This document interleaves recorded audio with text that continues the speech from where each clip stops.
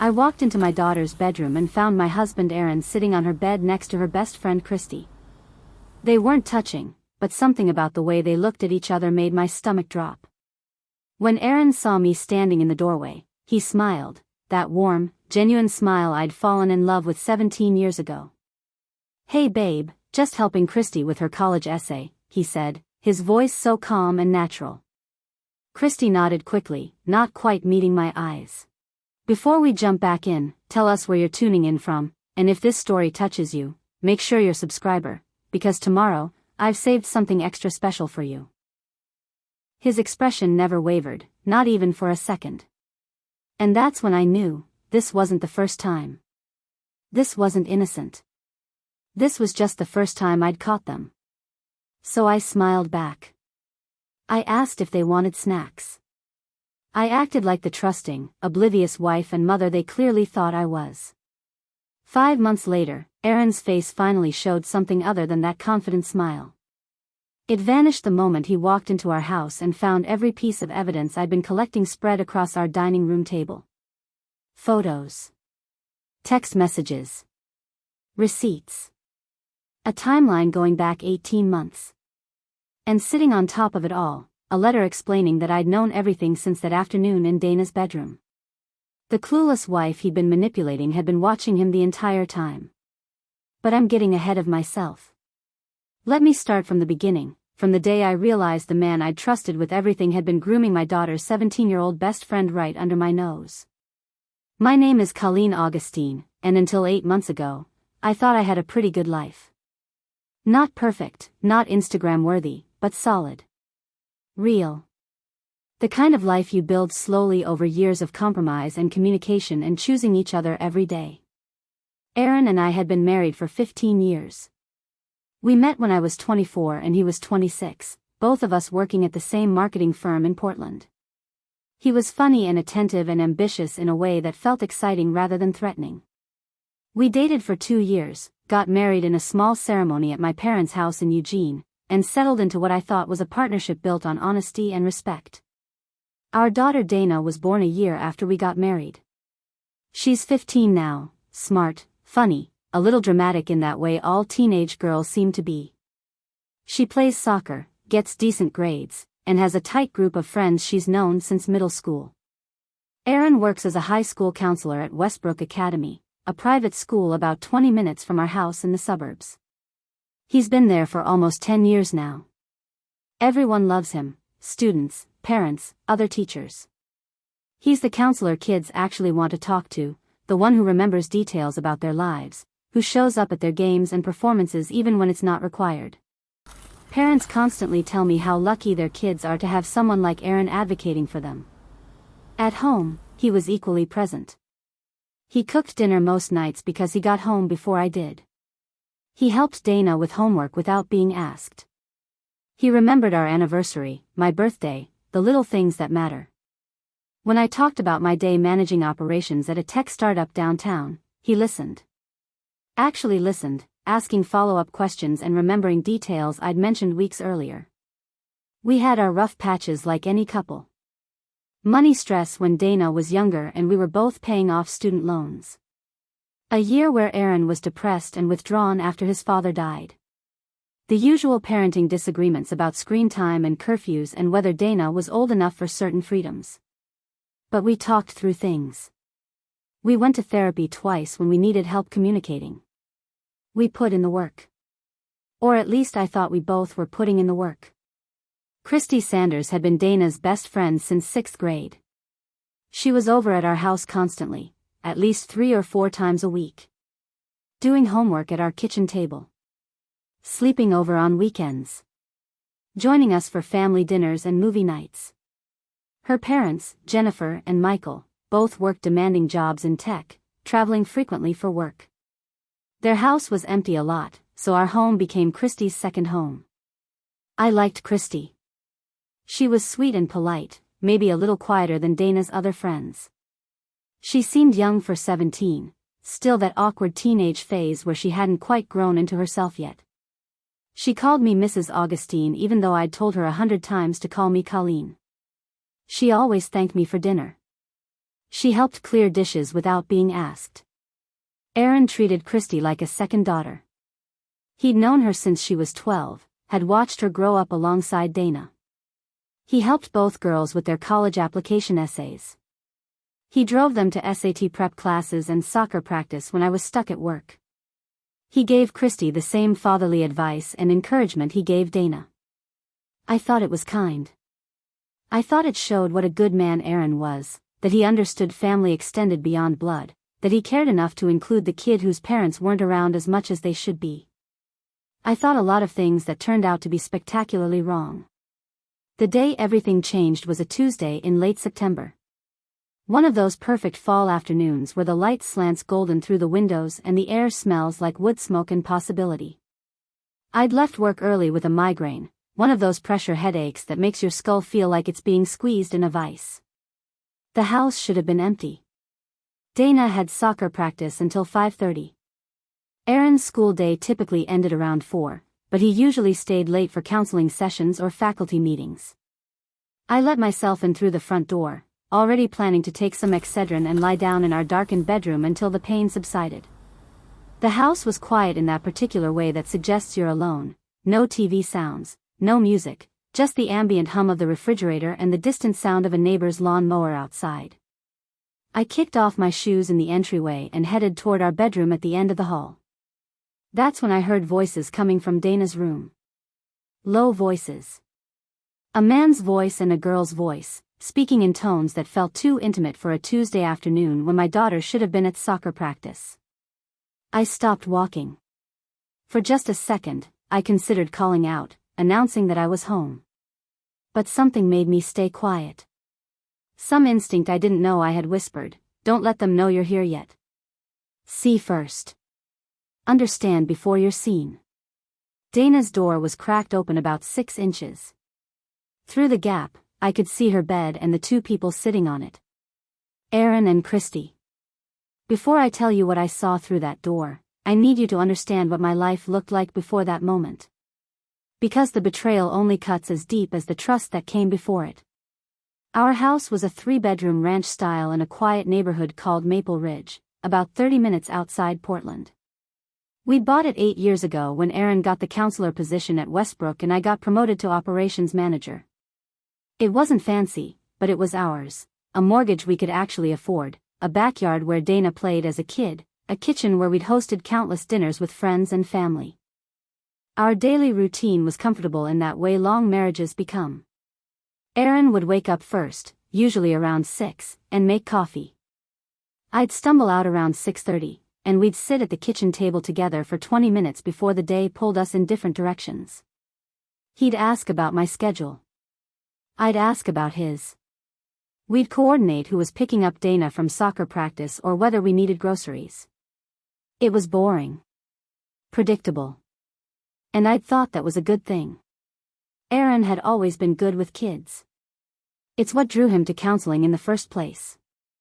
He'd started his career as an English teacher but switched to counseling after a few years because he said he wanted to help students with more than just academics. He wanted to be someone they could trust with the hard stuff, family problems, anxiety, college stress, relationship issues. I was proud of him for that. Proud that my husband was someone who cared enough about teenagers to do more than just teach them Shakespeare and send them on their way. He'd tell me stories sometimes over dinner about students he was helping. Never names, of course, he was careful about confidentiality. But he'd talk about a kid struggling with divorced parents, or a girl dealing with anxiety about college applications, or a boy trying to figure out if he should come out to his conservative family. Aaron would describe how he'd helped them work through their problems, and I'd think, this is what being a good person looks like. Christy had been coming around more frequently over the past year or so. It made sense. She and Dana were both juniors, stressing about SATs and college applications and trying to figure out what they wanted to do with their lives. Both girls spent hours at our kitchen table with their laptops open, working on essays and applications while I cooked dinner or Aaron helped them brainstorm. Looking back now, I can see things I missed at the time. The way Christy's face would light up when Aaron walked into a room. The way she'd laugh a little too hard at his jokes. The way she'd find excuses to ask him questions even when Dana was right there and could have answered just as easily. Preparing and narrating this story took us a lot of time, so if you are enjoying it, subscribe to our channel, it means a lot to us. Now back to the story. I'd thought it was normal. A teenage girl having a harmless crush on her best friend's dad. Something that would fade as she got older and realized Aaron was just a regular middle-aged guy with dad jokes and graying hair.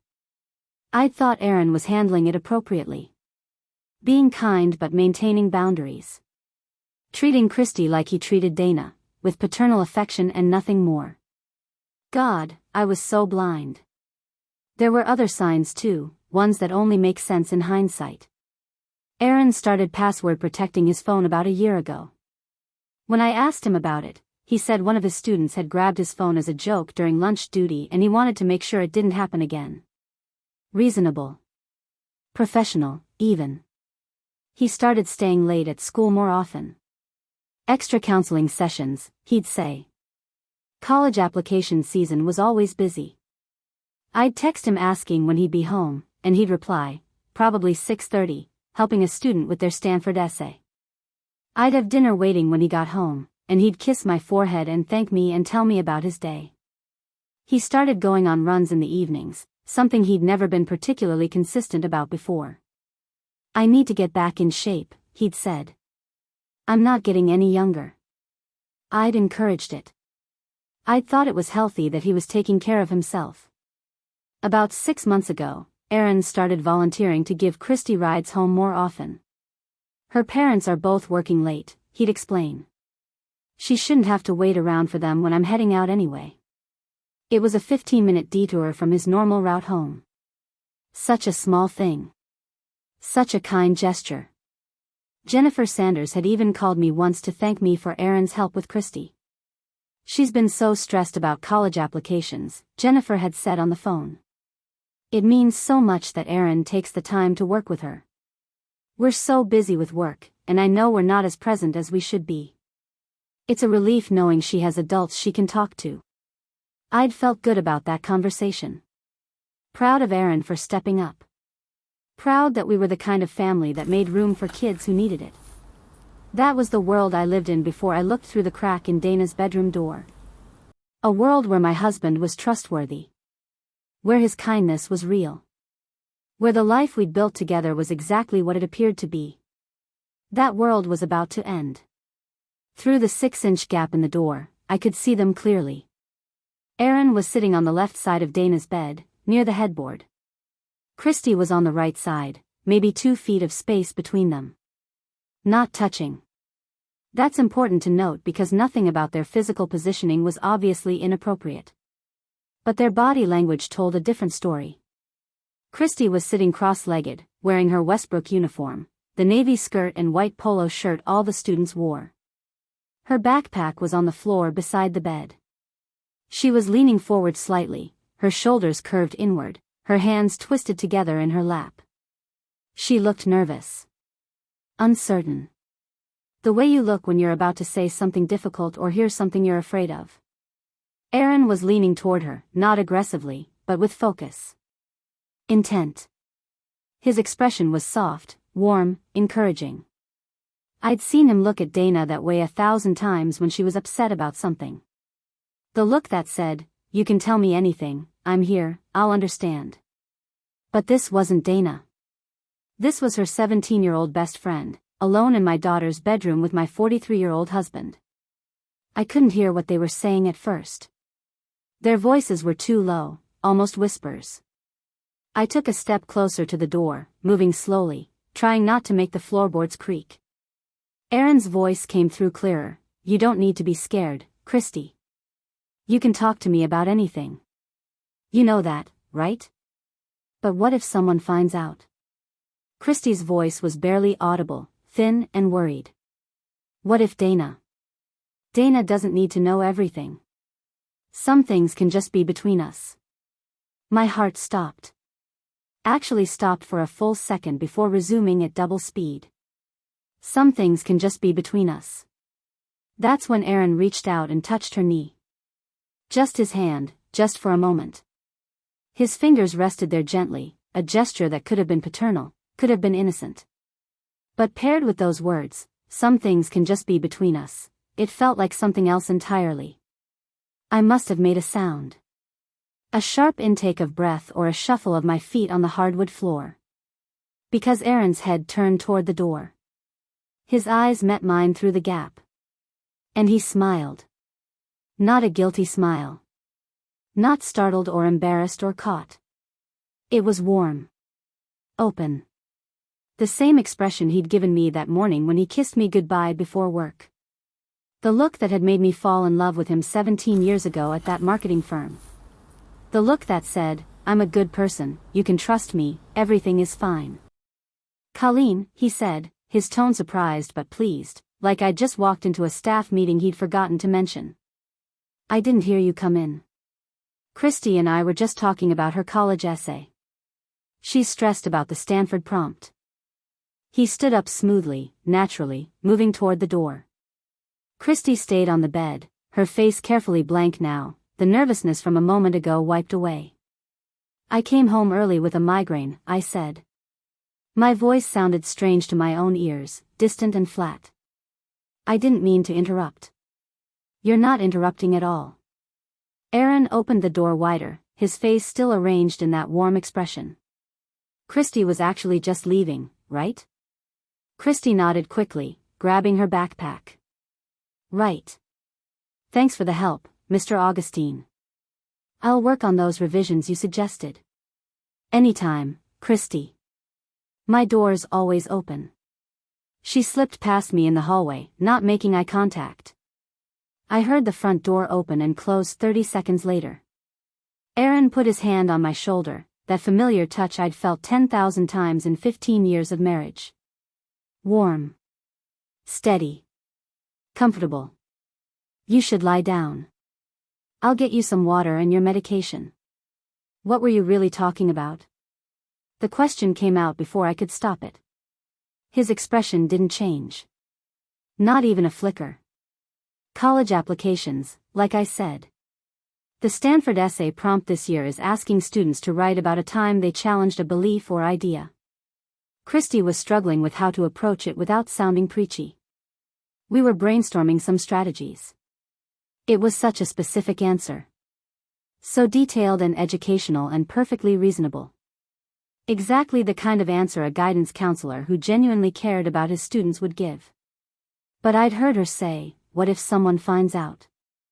I'd heard him say, "Some things can just be between us." I'd seen his hand on her knee.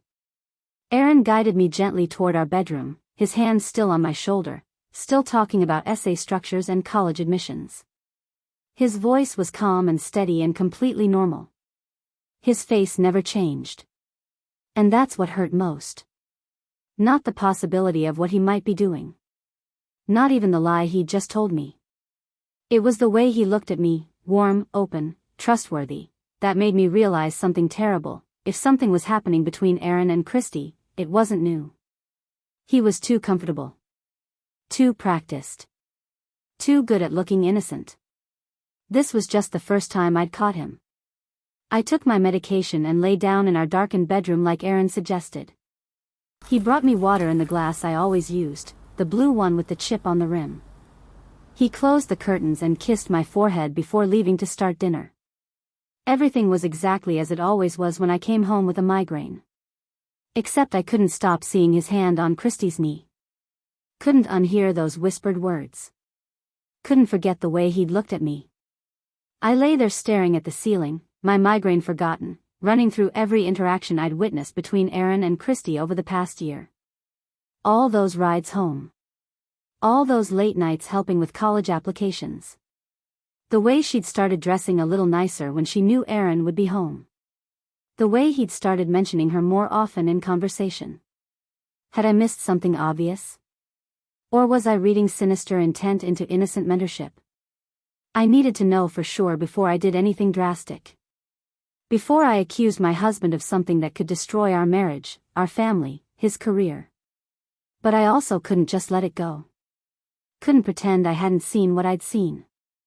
After about 30 minutes, I got up and went to the kitchen. Aaron was at the stove making pasta, Dana's favorite. The radio was on low, playing some indie station Aaron liked. He turned when he heard me come in. "Hey, how's your head? You should be resting." "It's a little better." I leaned against the counter, studying his face. "Aaron, can we talk about what I saw earlier?" He didn't tense up. Didn't pause in stirring the sauce. "What do you mean?" "You and Christy. In Dana's room. It just seemed. I don't know. The way you two were sitting. The way you were talking. It felt off." Aaron turned off the burner and faced me fully. His face was open, concerned, a little confused. "Off how?" "Intimate. Private. Like I interrupted something." "Colleen." He said my name gently, like he was talking to someone who was being unreasonable. "Christy was upset about her college applications. She's under a lot of pressure from her parents to get into a top school, and she's terrified of disappointing them. Sometimes kids need a safe space to be vulnerable, and as a counselor, that's what I provide." "But why in Dana's bedroom? Why not your office at school?" "Because she was already here waiting for Dana to get back from practice. It would have been weird to make her leave and come back to school just to talk in my office." He stepped closer, taking my hands in his. "Babe, I understand why it might have looked strange to you. But this is literally my job. I have these kinds of conversations with students every single day."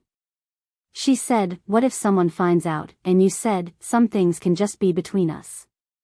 What was that about? For the first time, something flickered in his eyes. Just for a half second. Then it was gone. Christy was worried about telling her parents she's thinking of taking a gap year. She wanted advice on how to approach that conversation. I told her she didn't need to rush into that discussion until she was ready, that it could stay between us until she figured out what she wanted to say to them. It was plausible. Completely reasonable. The kind of thing a good counselor would say to a student struggling with parental expectations. But something in my gut twisted. And touching her knee? I put my hand on her knee. Aaron looked genuinely confused. I don't even remember doing that. If I did, it was just a reassuring gesture. You know I'm a physical person. I hug students when they're upset, I pat them on the shoulder. It's how I show support. He made it sound so normal. So innocent. Like I was the one being weird for questioning it. "Colleen, are you feeling okay? Is this still the migraine talking? Because you're acting like I did something wrong when all I was doing was counseling a student who needed help." His voice held just a hint of hurt now, like I'd wounded him by even suggesting impropriety. This is what made me pause. This is what made me doubt myself. Because Aaron was right, he was a counselor. He did have these conversations all the time. He was known for being warm and approachable. Students trusted him because he wasn't distant and cold like some adults. Maybe I had misread the situation. Maybe my migraine had scrambled my perceptions. Maybe I was being paranoid and dramatic and projecting something sinister onto a completely innocent mentorship. "I'm sorry," I heard myself say. "You're right. I think the migraine is making me feel off. I didn't mean to accuse you of anything." Aaron pulled me into a hug. "It's okay. I get it. Things can look weird out of context." He kissed the top of my head. "But you know me, Colleen. You know I would never do anything inappropriate with a student. Especially not with Dana's best friend. That would be insane." I nodded against his chest. "I know. I'm sorry. Don't apologize. Just go rest. Dinner will be ready in 20 minutes. I went back to the bedroom, but I didn't rest. I sat on the edge of our bed with my phone in my hands, staring at nothing. Because here's what I knew, Aaron was either telling the truth and I was being paranoid, or he was lying so smoothly that he'd made me apologize for catching him. I needed to know which one it was. That night, I couldn't sleep. Aaron was out cold beside me, breathing deeply, completely at peace. I lay there in the dark staring at the ceiling, replaying everything over and over. His hand on her knee. Her nervous voice asking, "What if someone finds out?" His smooth explanations that made me feel crazy for questioning him. The way he'd looked at me, warm and open and completely innocent. Around 2 a.m, I got up and went to the living room. I sat on the couch in the dark with my laptop, and I did something I'd never done before. I Googled signs of grooming behavior. The list that came up made my stomach turn.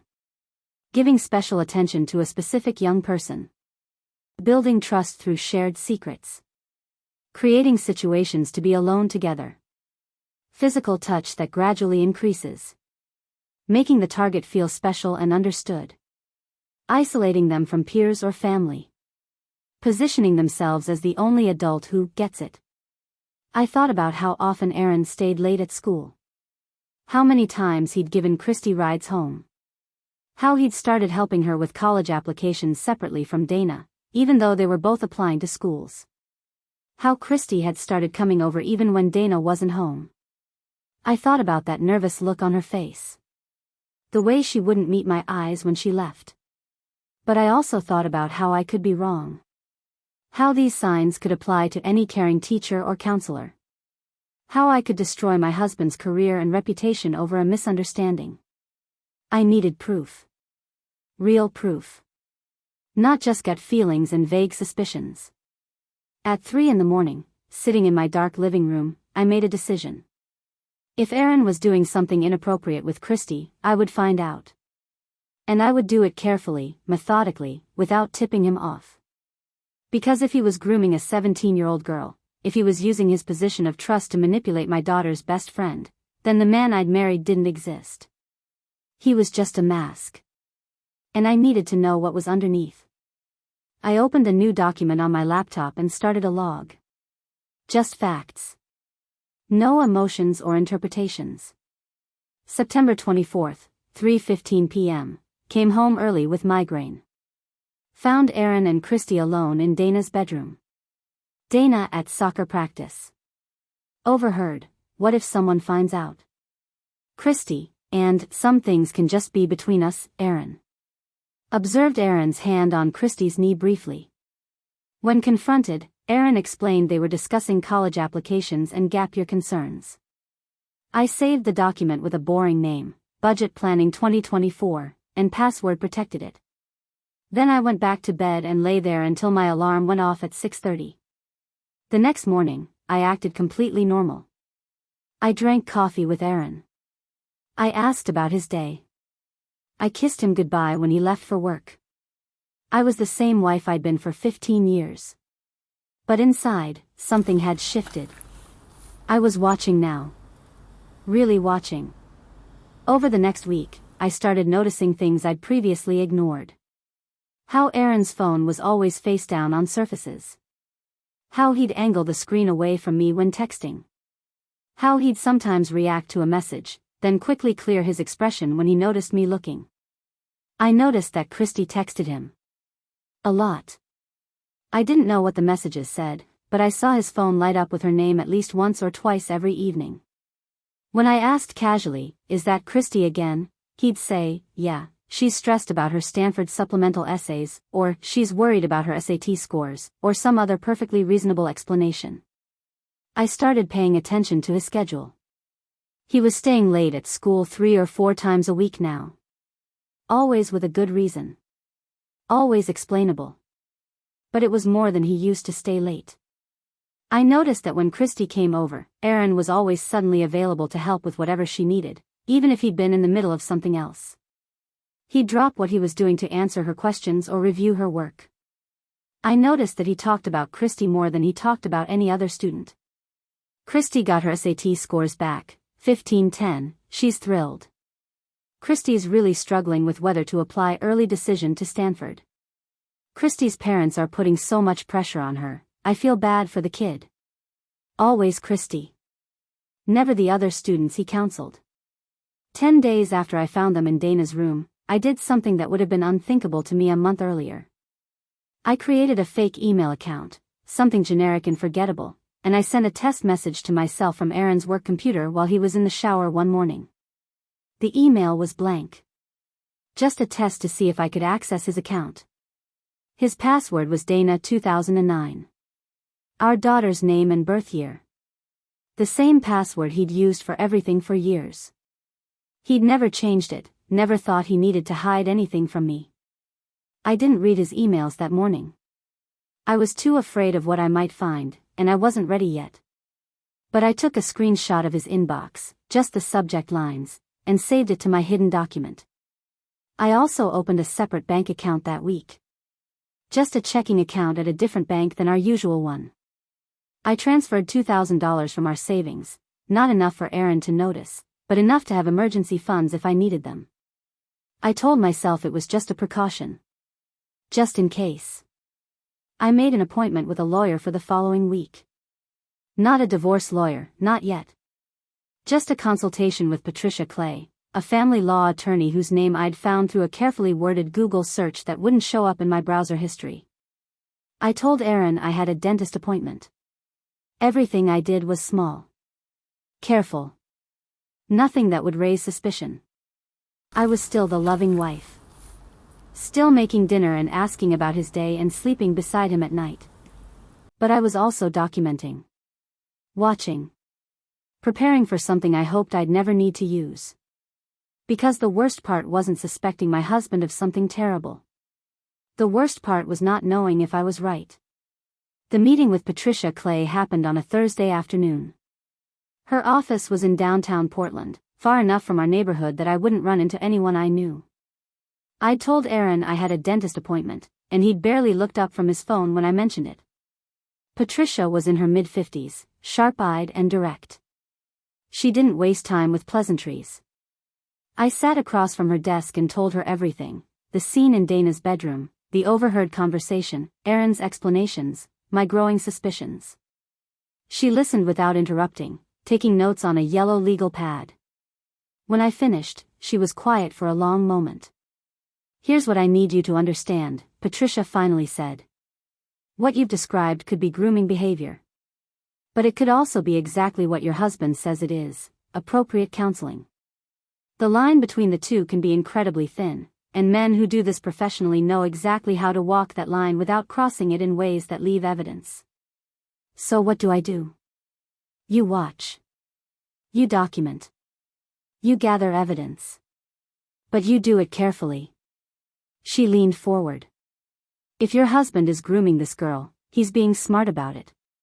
He's probably done this before, or at least thought about how to do it without getting caught. Everything he's doing has plausible deniability built in. Can I check his phone? His computer? Legally? If they're shared devices or you have his passwords, yes. Morally? That's between you and your conscience. But if you do find something, screenshots and documentation are your friends. What if I'm wrong? What if I go through all this and find nothing?" Patricia's expression softened slightly. "Then you'll know you were wrong, and you can decide how to move forward from there. But Colleen, trust your instincts. Women who've been married for 15 years know when something is off. The question is whether that off feeling is something you can prove." I left her office with a plan. A real plan. Not just vague suspicions and late-night Googling, but a systematic approach to finding out the truth. That weekend, while Aaron took Dana to her soccer tournament in Salem, I went through his home office. I felt sick doing it, like I was violating something sacred. But I reminded myself that if he was innocent, he had nothing to hide. And if he wasn't innocent, then our marriage was already violated, I just didn't know it yet. His desk drawers were mostly boring. Old bills, school paperwork, random office supplies. But in the bottom drawer, underneath a stack of old counseling journals, I found a greeting card. It was one of those generic, thank you, cards you buy at Target. The front had some watercolor flowers on it. Inside, written in teenage girl handwriting, "Mr. A, thank you for believing in me when nobody else did. You make me feel like I matter. C. C for Christy." The card wasn't dated. It could have been from last year, or 2 years ago, or last month. But something about the phrasing, "you make me feel like I matter," sent chills down my spine.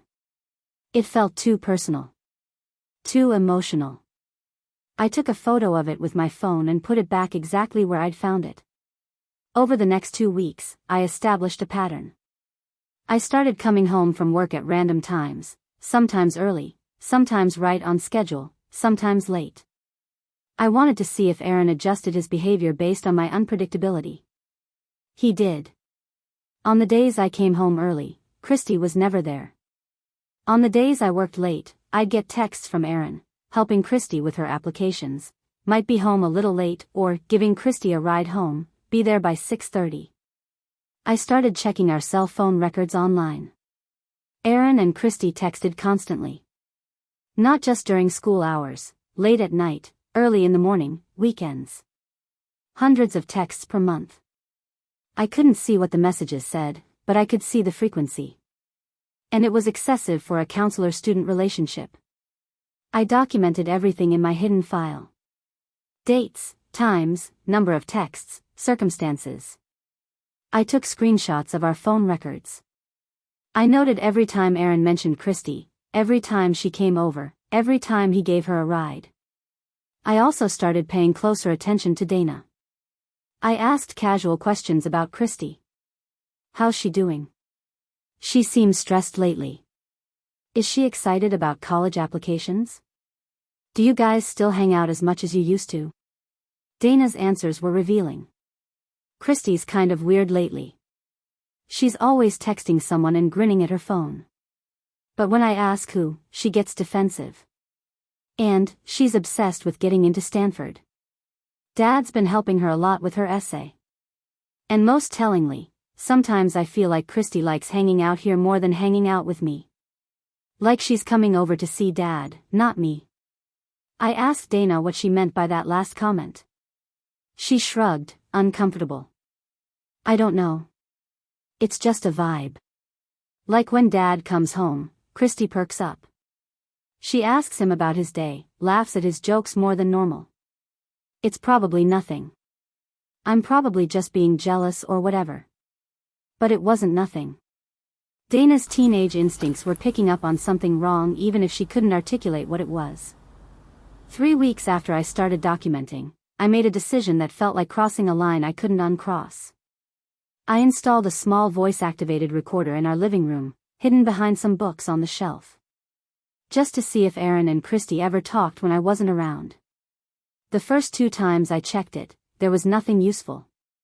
Just Aaron and Dana talking about homework, or Aaron on the phone with his mother.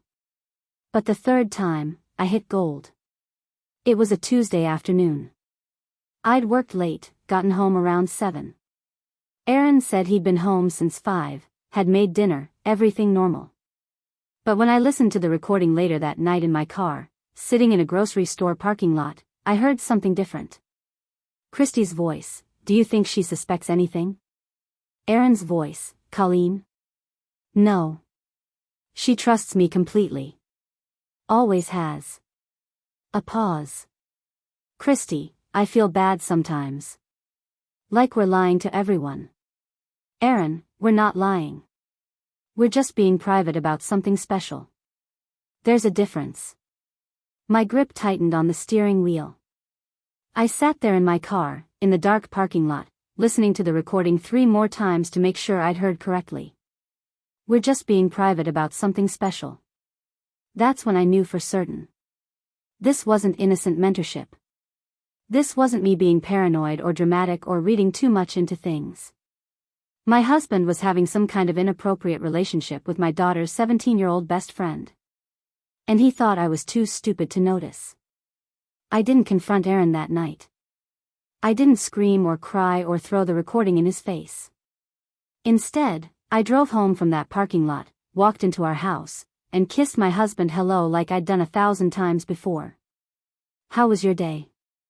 I asked, my voice steady. Good. Uneventful. How was the grocery store? Fine. I forgot half of what I needed. I'll have to go back tomorrow. We ate leftover pasta. We watched an episode of some crime show Aaron liked. We went to bed. He fell asleep within minutes. I lay awake staring at the darkness, listening to him breathe, wondering how many other times he'd lied to my face with that same casual ease. The next morning, I called Patricia Clay from my car before work. "I have proof," I told her. "A recording. He and Christy talking about keeping something special private. About me not suspecting anything. Can you email me the audio file?" I did. She called me back an hour later. "This is evidence of an inappropriate relationship, but it's not explicitly incriminating," Patricia said carefully. "He doesn't admit to anything physical. It could still be argued that he's talking about their counseling relationship being private, that students often confide things they don't want parents to know. But you can hear it in his voice. The way they're talking. I believe you. But belief isn't the same as proof that would hold up in court or in a school investigation. You need more. You need texts, emails, photos. You need something that explicitly shows the relationship has crossed professional boundaries. How do I get that without him knowing I'm looking? That's the hard part. And Colleen, you need to think carefully about your end goal here. Do you want to report him to the school? To the police? Do you want a divorce? Do you want to protect Christy? All of the above? Because each path requires different evidence and different strategies. I sat in my car in the parking lot of my office building, watching people walk by with their coffee cups and briefcases, living normal lives where their husbands weren't predators. "I want him to lose everything," I said quietly. "The way he's stealing everything from that girl. His career, his reputation, this family. I want him to understand what he's done. Then we build an airtight case. No room for doubt. No way for him to explain it away." Over the next 3 months, I became someone I didn't recognize. By day, I was still Colleen Augustine, operations manager, soccer mom, loving wife. But in the hidden spaces of my life, I was a detective, a spy, a woman on a mission. I found a private investigator through Patricia. His name was David Jensen, former cop, specialized in infidelity and workplace misconduct cases. He was expensive, $200 an hour, but I paid it from my secret account. David followed Aaron twice a week for 6 weeks. He documented every late-night meeting at coffee shops with Christy. Every time Erin's car was parked outside her house when her parents weren't home. Every tutoring session that lasted 3 hours. David got photos. Aaron and Christy sitting in his car in an empty parking lot, deep in conversation. Christy getting into Aaron's car after school, both of them smiling. Aaron's hand on her lower back as they walked into a Starbucks. None of it was explicitly damning. But the pattern was clear. I also got smarter about accessing Aaron's digital life. I installed spyware on his laptop, one of those programs that logs keystrokes and takes periodic screenshots. It felt like a violation, but I reminded myself that he was the one violating our marriage, our family, Christy's trust. The screenshots revealed more than I wanted to see. Text conversations where Aaron called Christy special and mature beyond her years. Where he told her she was different from other students and that he looked forward to their time together. Where Christy sent him heart emojis and told him she couldn't wait to see him. Nothing explicitly sexual. Aaron was too smart for that. But the emotional intimacy was undeniable. This wasn't counselor and student. This was something else. The worst discovery came in mid-December. I was scrolling through the keystroke logs and found an email Aaron had drafted but never sent. It was addressed to Christy. "See, I know we agreed to be careful, but I can't stop thinking about last Thursday. The way you looked at me when we were alone in my office. The way your hand felt in mine. I know we have to wait until you graduate, until you're 18 and officially not my student anymore. But knowing you feel the same way I do makes the waiting bearable. Just a few more months and we won't have to hide anymore. We won't have to pretend." I read that email 10 times, nausea rising in my throat. He was planning a future with her. He'd convinced himself that once she turned 18 and graduated, their relationship would somehow be acceptable. He'd groomed her so thoroughly that she believed they were in love, that what they had was special and worth waiting for. And he thought he was being noble by waiting. Like restraining himself until she was legally an adult made any of this okay. I took screenshots of everything. I backed up the files in 3 different places: my laptop, a flash drive hidden in my office, and a cloud account Aaron didn't know existed. I also started preparing financially. I met with our accountant, casually asking about how our assets were structured. I made copies of all our financial documents. I opened a credit card in my name only. I checked with HR about whether my health insurance could cover just me and Dana if needed. Everything I did was methodical. Careful. I left no trace of my investigation. In January, Christy turned 18. I knew because Dana mentioned it. They'd gone out for dinner to celebrate, just the girls. Dana said Christy seemed distracted, kept checking her phone and grinning. I knew who she was texting. 2 weeks after Christy's birthday, David the PI called me with news that made my blood run cold. I followed Aaron yesterday evening. He told you he had a late faculty meeting, right? Yes. He got home around 8:30. He was at a hotel. The Marriott downtown. Christy met him there at 6. They went inside together. They left separately 3 hours later. I closed my office door so no one would hear me cry. The hotel photos sat on my desk at work for 3 days before I could look at them again. David had been thorough, timestamps on everything. Aaron's car entering the parking garage at 5:47 p.m.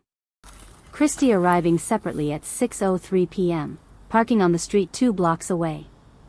Both of them entering the lobby within minutes of each other. Aaron checking in at the front desk while Christy waited by the elevators, pretending to look at her phone. They thought they were being clever. Meeting separately. Parking in different locations. But David had caught it all. The final photo was the one that broke something inside me. Aaron and Christy leaving the hotel separately, her first at 8:52 p.m., him 10 minutes later at 9:03 p.m. But in the image of Christy walking to her car, you could see her face clearly under the streetlight. She looked happy. Glowing. Like a girl who thought she was in love. She had no idea she was being used. No idea that a 43-year-old man pursuing a teenager he'd known since she was 12 was predatory, not romantic. She thought she was special. Chosen. Different from other girls. That's what groomers do. They make their victims feel like willing participants in something beautiful, when really they're just prey. I met with Patricia Clay one more time in early February. I brought everything, the recordings, the screenshots, the PI photos, the hotel receipt I'd found on Aaron's credit card statement, 5 months of documented evidence. Patricia spread it all across her conference table and reviewed it methodically. When she finished, she looked at me with something like respect. This is comprehensive. You've built a case that leaves no room for misinterpretation. What do you want to do with it? I want to report him to the school. I want to file for divorce. And I want to make sure Christy's parents know what's been happening. The school will conduct an investigation. Depending on what they find, they may involve the police. Christy is 18 now, so legally this isn't statutory rape, but the power dynamic and the fact that the relationship began when she was a minor complicates things. There could be criminal charges. Good. There's something else you should consider. Dana. When this comes out, she's going to learn that her father has been sexually involved with her best friend. That her best friend has been lying to her for months, maybe over a year. This will devastate her. I'd thought about this every day for 5 months. How Dana would react. How this would change her relationship with both her father and Christy. How it might change her ability to trust anyone. She'll be devastated either way, I said quietly. The only question is whether she finds out because I protected her, or because Aaron eventually gets caught and everyone finds out in the worst possible way. Patricia nodded. When do you want to move forward? Soon. I need to get a few things in order first. I spent the next 2 weeks preparing for the aftermath. I met with a therapist and lined up counseling appointments for Dana for after everything came out. I talked to my boss and arranged to work from home for a few weeks when the time came. I transferred more money into my separate account, enough to cover a few months of expenses if I needed to leave quickly. I also did something that felt petty but necessary. Aaron and I jointly owned our house, but the car I drove was in my name only, paid off years ago. I made sure all the title paperwork was in order. I cleaned out the garage, separating my tools and belongings from his. I went through our house and mentally cataloged what was mine, what was his, what we'd need to divide. I even started looking at apartments, just in case I couldn't bear to stay in the house where Aaron had brought Christy so many times, where he'd sat at our kitchen table planning his future with a teenager while I made dinner and believed we were a happy family. The hardest part was maintaining the performance at home. Acting like everything was normal while I knew what was coming. Smiling at Aaron. Making his coffee. Asking about his day. He had no idea. None. He'd been so confident in my cluelessness that he'd gotten careless. He barely hid his phone anymore. He talked about Christy openly at dinner. Christy got her Stanford acceptance today, she's thrilled, and Christy's going to prom with that kid Noah from her calculus class, but she says she's not that into him. I observed him talk about her with that fond look, like he was a proud parent, when really he was counting down the days until she graduated and they could be together publicly. Dana noticed that something was off with me, even though I tried to hide it. "Mom, are you okay? You seem distracted lately." "Just work stress, honey. Nothing for you to worry about." "Are you and Dad fighting? You guys have been weird around each other." "We're fine. I promise." That was the only lie I allowed myself. Because Dana deserved the truth, but not yet. Not until I had everything ready to protect her from the fallout. In mid-February, I made copies of all the evidence and put together 3 separate packages. One for Westbrook Academy's headmaster. One for Christy's parents. One for my divorce attorney. I scheduled a meeting with the headmaster for February 28th. I told Aaron I had a work conference that morning.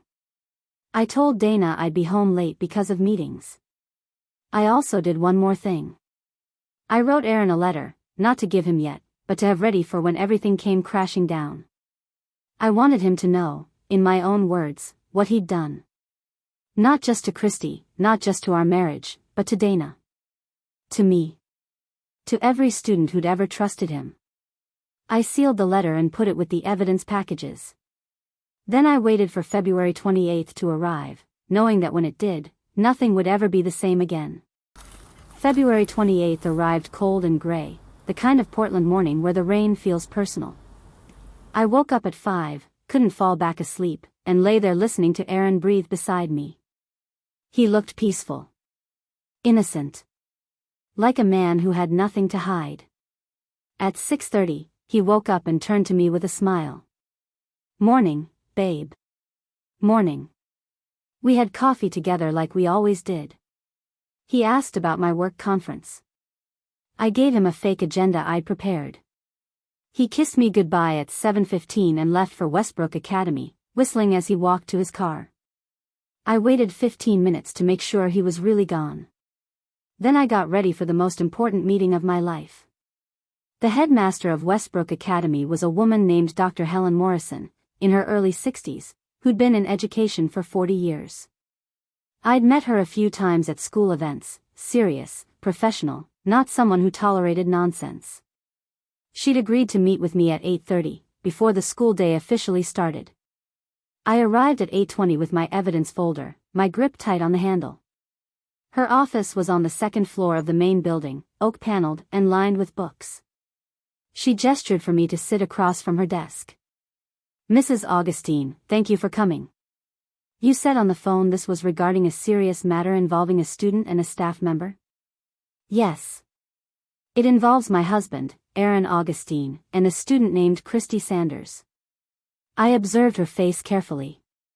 She didn't react, just nodded for me to continue.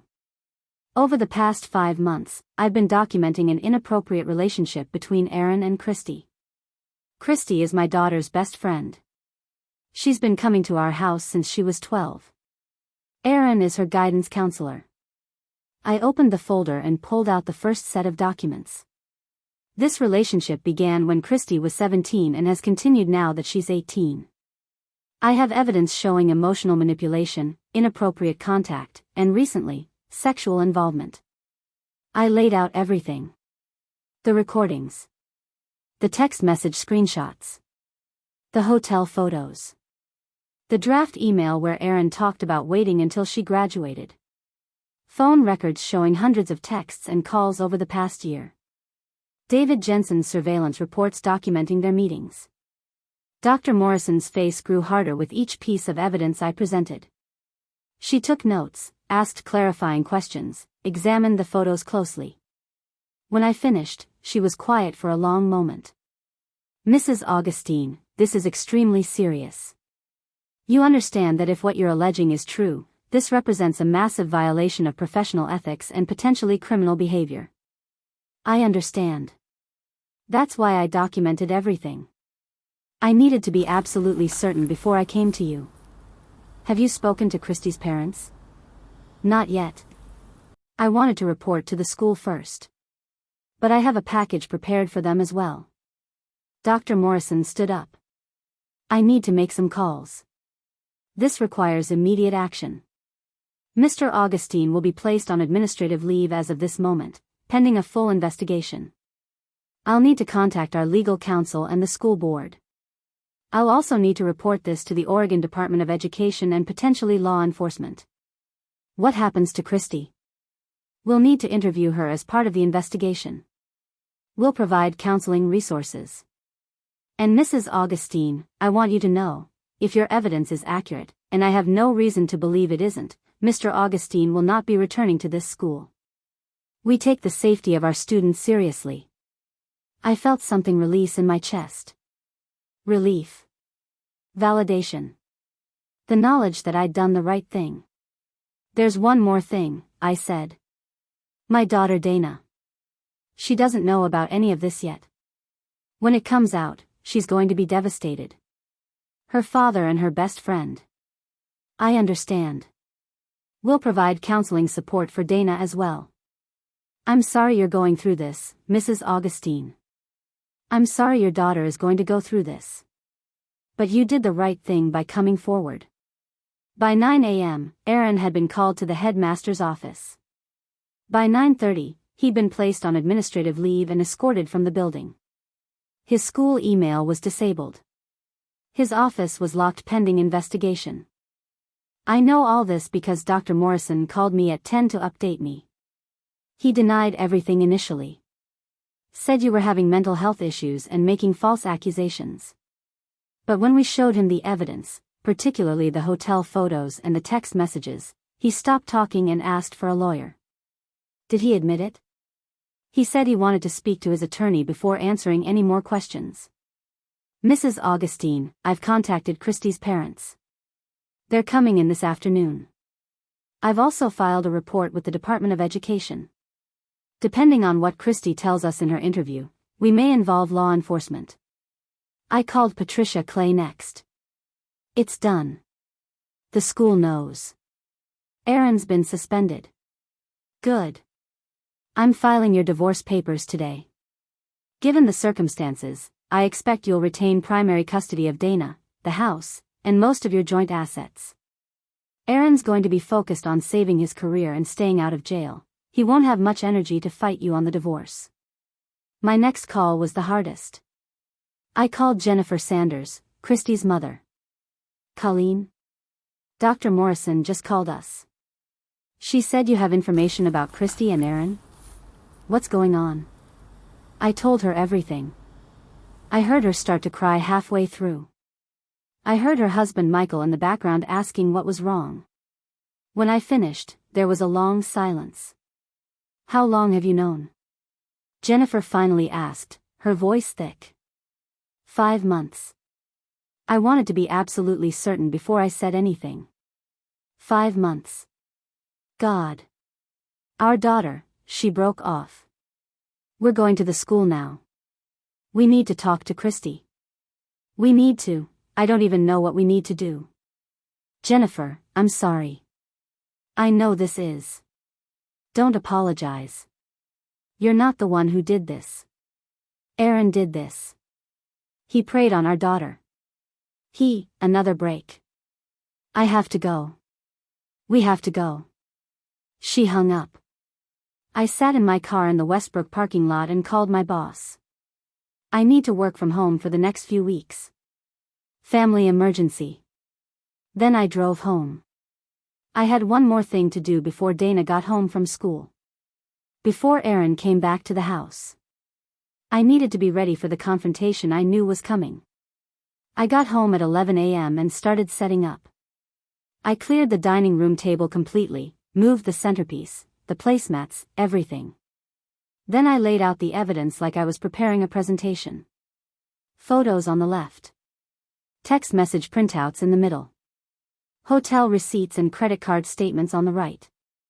The recordings queued up on my laptop at the head of the table. In the center, I placed the letter I'd written to Aaron. The envelope simply said, "Read this first." Then I waited. Aaron came home at 1:30. I heard his car in the driveway, the slam of his door, his key in the lock. He walked in calling my name. "Colleen? What the hell is going on? The school suspended me. They're saying you made some insane accusations." He stopped when he saw the dining room. Stopped mid-sentence, mid-step, just froze in the doorway. I was sitting at the table, arms folded, watching him. I didn't say anything. Just waited. Aaron's face went through several emotions in rapid succession. Confusion. Recognition. Panic.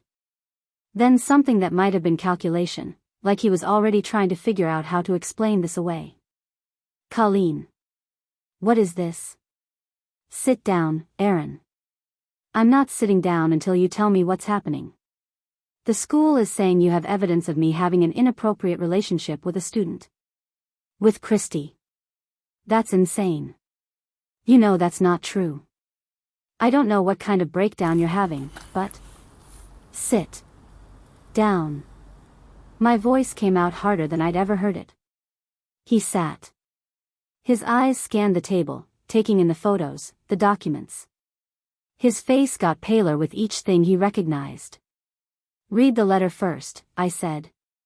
His fingers trembled as he picked up the envelope. He pulled out the single page and started reading. I studied his face as he took in my words. "Aaron. I've known for 5 months. Since September 24th, when I came home early and found you in Dana's bedroom with Christy. I heard you tell her, some things can just be between us. I saw your hand on her knee. And I saw the way you looked at me, warm and open and completely innocent, which told me you thought I was too stupid to understand what I was seeing. That look is what hurt most. Not the betrayal itself, but realizing that you thought I was clueless. That you'd been manipulating a teenage girl right in front of me, and you were so confident in my ignorance that you didn't even try very hard to hide it. For 5 months, I've documented everything. Every text. Every lie. Every late-night meeting. The hotel room on January 29th.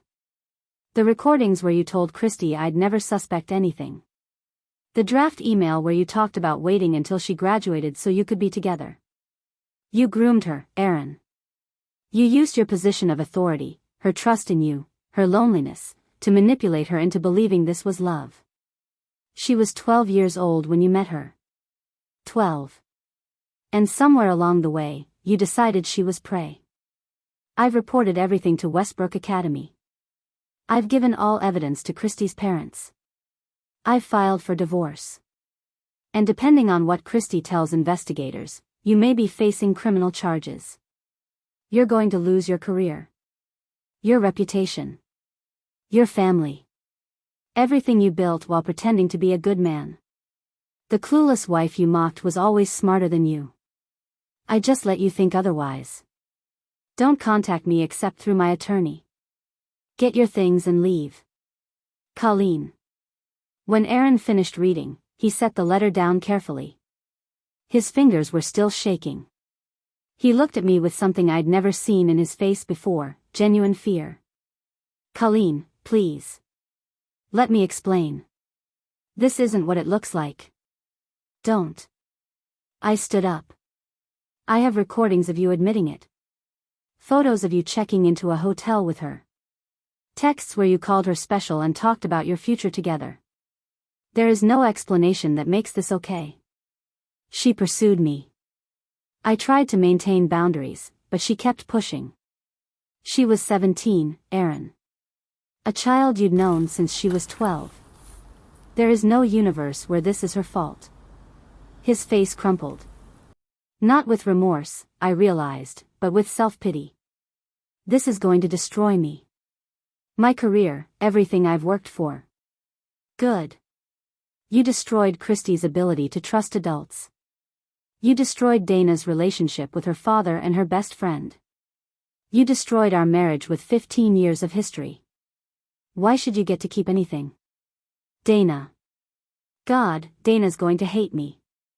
Yes. She is. That's what happens when you betray your daughter in the worst possible way. Aaron stood up abruptly. I need to call a lawyer. The school can't just suspend me without. They can and they have. The Department of Education has been notified. Christy's being interviewed right now. If she confirms the sexual relationship, the police will get involved. She won't. She loves me. She won't say anything that would hurt me. The delusion in his voice was staggering. He genuinely believed that the girl he'd manipulated would protect him. Aaron, get out. Pack a bag. Go stay with your brother or at a hotel. But you're not sleeping here tonight. You're not sleeping in the same house as Dana ever again. This is my house too. Read the divorce papers when they arrive. I want full custody of Dana. You can have supervised visitation if the court allows it, which they probably won't once they see the evidence. Now get out. He stared at me for a long moment, and I saw the exact moment he realized I meant it. That this wasn't a fight he could win with charm or explanations or that warm smile that had fooled me for so long. He went upstairs. I heard him moving around in our bedroom, drawers opening and closing. 20 minutes later he came back down with a duffel bag. At the door, he turned back. I never meant to hurt anyone. But you did. Repeatedly. Intentionally. And now you get to live with the consequences. He left. I watched through the window as he got in his car and drove away. Then I sat down at the dining room table, surrounded by evidence of my husband's betrayal, and I cried. Not for him. For Dana, who'd be home from school in 2 hours and whose world was about to shatter. Dana came home at 3:15 like always. I heard her drop her backpack in the hallway, heard her call out, "Mom," in that casual way teenagers do when they're not expecting bad news. I'd cleared the dining room table. Put all the evidence away. Made myself look as normal as possible, though my eyes were still red from crying. Hey honey. Can you come sit with me? We need to talk about something. The shift in her expression was immediate. Teenagers have a sixth sense for when parents are about to drop bombs. What's wrong? Is it Grandma? No. Everyone's healthy. But something's happened with your dad. I told her as gently as I could. I didn't show her the photos or play her the recordings. But I told her the truth, that her father had been having an inappropriate relationship with Christy. That it had been going on for over a year. That I'd found out months ago and had been gathering evidence. That he'd been suspended from school today and we were getting divorced. Dana's face went through the same progression Aaron's had. Disbelief. Recognition. Horror. But then something else, a terrible understanding. That's why Christy's been so weird, she said quietly. That's why she's been coming over even when I'm not here. Why she always asks about Dad. Why she gets this stupid smile when he texts her. Her voice rose. Oh my God. My best friend and my dad. That's disgusting. He's, like, ancient. And he's known her since she was 12. How could he? She started crying. Not gentle tears, but harsh, angry sobs that shook her whole body. I held her while she cried, and I let her say all the things she needed to say. I hate him. I hate her. How could they do this to me? To our family? Everyone at school is going to know. Everyone's going to talk about how my dad is a pervert who, she broke off, crying harder. I know, baby. I know. None of this is fair to you. Did you know? This whole time, did you know? I found out 5 months ago. I wanted to be sure before I said anything. I didn't want to accuse your dad of something this serious unless I had proof. 5 months. You knew for 5 months and you didn't tell me? I was trying to protect you. And I needed to protect Christy too, even though she doesn't see it that way yet. Your dad was manipulating her, taking advantage of her trust. Don't defend her. She knew what she was doing. She's 18, not stupid. She's a victim, Dana. Even if she doesn't understand that yet. Adults have power that teenagers don't, especially adults in positions of authority. Your dad used that power to groom her. Dana pulled away from me, her face twisted with anger and pain. I don't want to hear about grooming or power dynamics or whatever. All I know is my dad betrayed us and my best friend betrayed me and everyone at school is going to know and my life is ruined. She ran upstairs and slammed her bedroom door. I heard her crying through the walls for the next hour. I wanted to go comfort her, but I also knew she needed space to process. So I sat downstairs and made phone calls instead. First to my sister Emma in Seattle. I told her everything. She listened without interrupting, then said simply, "Do you need me to come down there?" "Not yet. But maybe this weekend?" "Dana's going to need all the support she can get. I'll be there Friday night." "And Colleen? I'm proud of you. For protecting that girl. For getting evidence instead of just reacting. That took incredible strength. I didn't feel strong. I felt exhausted and sad and angry all at once. Next I called the therapist I'd lined up for Dana. Dr. Rachel Gilbert. We scheduled an emergency appointment for the next day. Then Patricia Clay called me with updates. Aaron's retained an attorney. Martin Jensen from that big firm downtown. He's already trying to negotiate, wants to keep the divorce quiet, avoid criminal charges if possible, maintain some visitation with Dana. Absolutely not. He doesn't get to negotiate. He did this. I agree. I'm not giving an inch. But you should know his lawyer is going to paint Christy as the aggressor. They're going to argue that she pursued him, that she was 18 when the relationship became sexual, that Aaron was the victim of a student's inappropriate advances. That's disgusting. It's predictable. Men like Aaron never think they're the problem. They always blame the teenage girl. Patricia paused. There's more. Westbrook Academy is conducting interviews with other students. They're looking for patterns, trying to see if Aaron has done this before. My stomach dropped. Has he? 2 former students have come forward. One graduated 3 years ago, another 5 years ago. Both say Aaron gave them inappropriate attention, made them feel special, crossed boundaries. Neither relationship became sexual as far as they're willing to admit, but the pattern of grooming behavior is identical. I felt sick. This wasn't a one-time mistake or a lapse in judgment. This was who Aaron was. A predator who'd been doing this for years, probably since he started at Westbrook. What happens to him now? The school will almost certainly terminate his employment. The Department of Education will revoke his counseling license. Whether he faces criminal charges depends on what Christy says in her interviews and whether prosecutors think they can make a case stick. That evening, Christy's mother Jennifer called me. Her voice was hollow, exhausted. Christy admitted everything. The relationship started emotionally when she was 16. Became physical after she turned 18. She's devastated. She keeps saying she loves him, that we don't understand, that Aaron is the only person who ever really saw her. Jennifer's voice broke. She can't see that he manipulated her. She thinks this is Romeo and Juliet, not predator and prey. I'm sorry, Jennifer. We're pulling her out of Westbrook. She can't go back there. Everyone will know. We're looking at a small private school in Vancouver where she can finish her senior year. We're also starting therapy. Intensive therapy. She paused. Michael wants to press charges.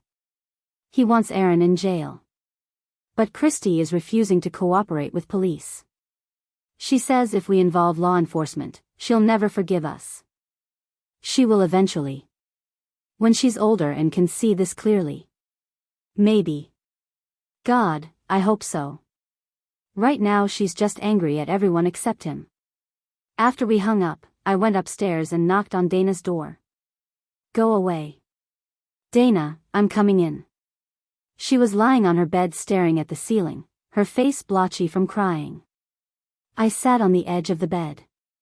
I know you're angry. At me, at Dad, at Christy. You have every right to be. But I need you to know something, none of this is your fault. You didn't do anything wrong. It doesn't feel that way. It feels like my whole life just exploded and everyone at school is going to know my dad is a creep. Some of them will. And it's going to be hard. But we're going to get through this. You and me. Together. She didn't respond, but she didn't push me away when I lay down next to her on the bed, and after a while, she fell asleep with her head on my shoulder. 6 months later, on a warm August afternoon, I sat on the back porch of our house with a cup of coffee and watched Dana practice her soccer drills in the backyard. She was getting ready for her sophomore season at Lincoln High. We transferred her there after everything happened at Westbrook. A fresh start at a public school where nobody knew our story. She was doing better. Not good, not healed, but better. The therapy was helping. She'd stopped crying every night sometime in May. She'd started texting with a few new friends from Lincoln in June. Last week, she'd laughed at something on TV, and it was the first genuine laugh I'd heard from her in months. She still wouldn't talk to Aaron. He'd tried calling, texting, even showing up at the house once until I threatened to call the police. The divorce had been finalized in July. I got full custody.